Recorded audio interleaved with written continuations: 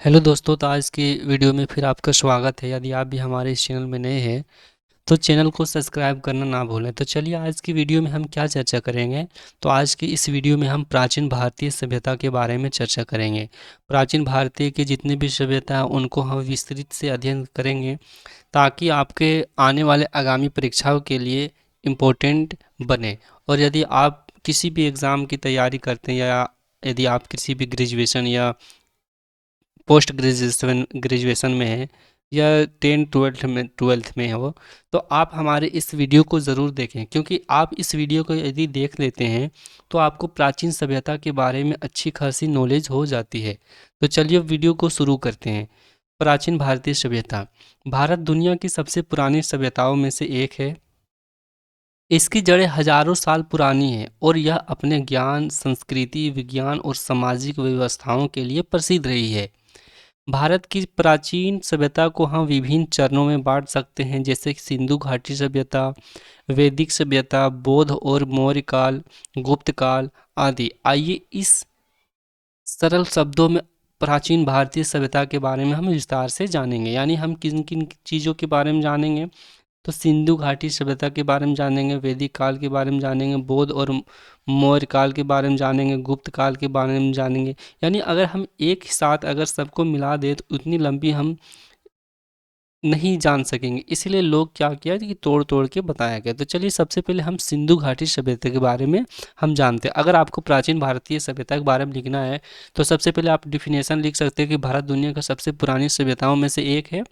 इसकी जड़ें हजारों साल पुरानी है और यह अपने ज्ञान, संस्कृति, विज्ञान और सामाजिक व्यवस्थाओं के लिए प्रसिद्ध रही है।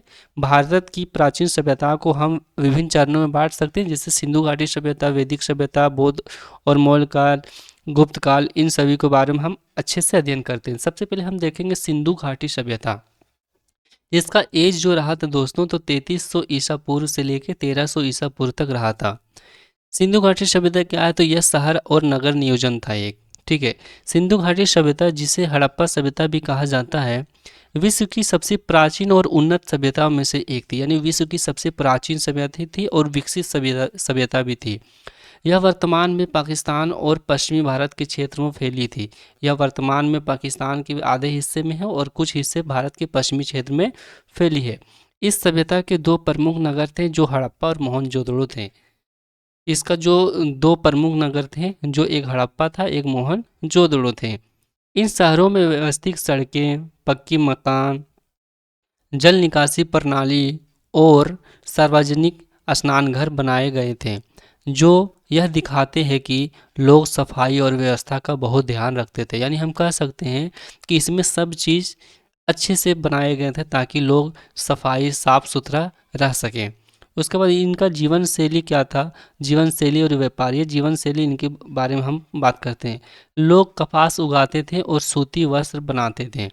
वे धातु से औजार और गहने भी बनाते थे। व्यापार काफ़ी विकसित था और वे मेसोपोटामिया तक सामान भेजते थे। जो मेसोपोटामिया कहाँ है दोस्तों? मेसोपोटामिया है, आज के दौर में इराक में है। उनका धार्मिक विश्वास क्या था? तो इस सभ्यता के लोग प्रकृति की पूजा करते थे। पशुपति जो शिव और मातृ देवी की मूर्तियाँ मिली है, जिससे पता चलता है कि वे भगवान की पूजा करते थे। दूसरा आता है वैदिक काल, जिसका एज रहा है दोस्तों 1500 ईसा पूर्व से 600 ईसा पूर्व तक। वैदिक काल को में सबसे पहले आता है ऋग्वेदिक काल, जो 1500 ईसा पूर्व से 1000 ईसा पूर्व तक रहा। वैदिक सभ्यता की शुरुआत तब हुई जब आर्य भारत आए। इस समय का मुख्य ग्रंथ ऋग्वेद था, जिसमें मंत्र और भजन लिखे गए थे। लोग कृषि पर निर्भर थे और गोपालन भी करते थे। उसके बाद आता है उत्तर वैदिक काल, जो 1000 वर्षों से 600 वर्षों ईसा पूर्व तक चला था। इस समय समाज 4 वर्गों में बटा था: ब्राह्मण, क्षत्रिय, वैश्य और शूद्र। इसमें कर्म के आधार पर बांटा गया था। ठीक है। ब्राह्मण उसे कहा होता है जो पुरोहित है, क्षत्रिय जो योद्धा है, जो युद्ध करता है, वैश्य जो व्यापारी है और शूद्र जो सेवक है। इस काल में यज्ञ और पूजा का महत्व बढ़ गया। ठीक है। अब आते हैं महाजनपद काल, जो 600 ईसा पूर्व से लेकर 321 ईसा पूर्व तक चला था। महाजनपद और राज्यों का विकास होने लगा। इस समय भारत में कई बड़े बड़े राज्य उभरे, जिन्हें महाजनपद कहा जाने लगा। ठीक है। इसमें मगध, कौशल, अवंती, वज्जी आदि प्रमुख थे। इस काल में बौद्ध धर्म और जैन धर्म का भी विकास हुआ था, जिसमें बुद्ध और महावीर का योगदान था। भगवान गौतम बुद्ध ने अहिंसा और ज्ञान का संदेश दिया, जबकि महावीर स्वामी ने जैन धर्म का प्रचार किया। इस समय समाज में सुधार हुए और कर्मकांड कम होने लगे। आगे आता है मौर्य साम्राज्य, जिसका एज रहा था 321 ईसा पूर्व से लेके 185 ईसा पूर्व तक। ठीक है, चंद्रगुप्त मौर्य ने पहला बड़ा भारतीय साम्राज्य स्थापित किया था। मौर्य साम्राज्य का संस्थापक कौन है? तो चंद्रगुप्त मौर्य। चंद्रगुप्त मौर्य ने अपने गुरु चाणक्य की सहायता से ये साम्राज्य को स्थापित किया था। उनके मंत्री चाणक्य, जिसे हम कौटिल्य कहते हैं, कौटिल्य ने अर्थशास्त्र नामक ग्रंथ लिखा, जिसमें राजनीतिक और अर्थव्यवस्था की जानकारी दी गई थी। सम्राट अशोक ने कलिंग युद्ध के बाद बौद्ध धर्म अपनाया और पूरे भारत में शांति और अहिंसा का प्रचार किया, क्योंकि सम्राट अशोक एक बार युद्ध के दौरान गए और वहाँ पे बहुत ज़्यादा खून खराबा कर दिया, जिस कारण खूने की नदियाँ बहने लगी। तो अशोक का दिल कांप गया और अशोक वहीं से एक वचन दिया कि आज से हम सशस्त्र तंत्र को त्याग करते हुए मैं आज से अहिंसा और शांति के बीच में रहूँगा, और जितने भी लोग हैं यहाँ पे सब मेरे भाई बहन जैसा है। ठीक है, तो यहीं से लोग अशोक ने क्या किया था, तो अपना जो तंत्र है वो त्याग दिया था। उसके बाद आता है गुप्त काल, जो 319 से लेके 550 ईस्वी तक रहा था। गुप्त काल को स्वर्ण युग भी कहा जाता है। गुप्त साम्राज्य को भारत का स्वर्ण युग कहा जाता है। इस समय कला, साहित्य, विज्ञान और गणित का खूब विकास हुआ था। ठीक है, अब महत्वपूर्ण विद्वान और खोज, जैसे आर्यभट्ट ने शून्य का खोज किया, यानी जीरो का खोज किया। दशमलव प्रणाली का विकास किया। कालिदास ने अभिज्ञान शकुंतलम और मेघदूत जैसे नाटक लिखे। चरक और सुश्रुत ने आयुर्वेद चिकित्सा का उन्नत किया। अगला आता है प्राचीन भारतीय संस्कृति और विज्ञान। भाषा और साहित्य। सांस्कृतिक मुख्य भाषा थी। भाषा क्या थी? प्राचीन भारत की संस्कृति। वेद, उपनिषद, रामायण और महाभारत जैसे महान ग्रंथ इसी काल में लिखे गए थे, प्राचीन काल में लिखे गए थे। गणित और खगोल शास्त्र। भारतीय विद्वान ने शून्य, पाई, बीजगणित और ग्रहों की गति का अध्ययन किया था।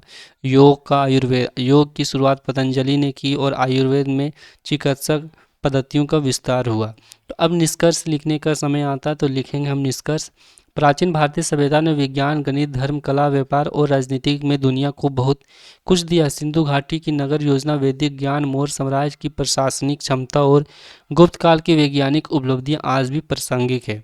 भारत का यह गौरवशाली सभ्यता हजारों वर्षों तक विकसित रही और आज भी इसकी जड़ें हमारे समाज और संस्कृति में देखी जा सकती है। तो यदि आप भी किसी ग्रेजुएशन या पोस्ट ग्रेजुएशन में आपको क्वेश्चन आ जाता है, तो आप इसको पढ़ के आराम से लिख सकते हैं। अगर आपको सिंधु घाटी सभ्यता या प्राचीन भारतीय सभ्यता के बारे में कोई क्वेश्चन आ जाता है, तो आप आराम से उसको लिख सकते हैं और अच्छे खासे नंबर उठा सकते हैं, जिससे आपका नंबर बढ़ सकता है। तो आज की वीडियो बस इतना ही है दोस्तों। यदि वीडियो पसंद आए तो लाइक और चैनल को सब्सक्राइब करना ना भूलें। Thank you.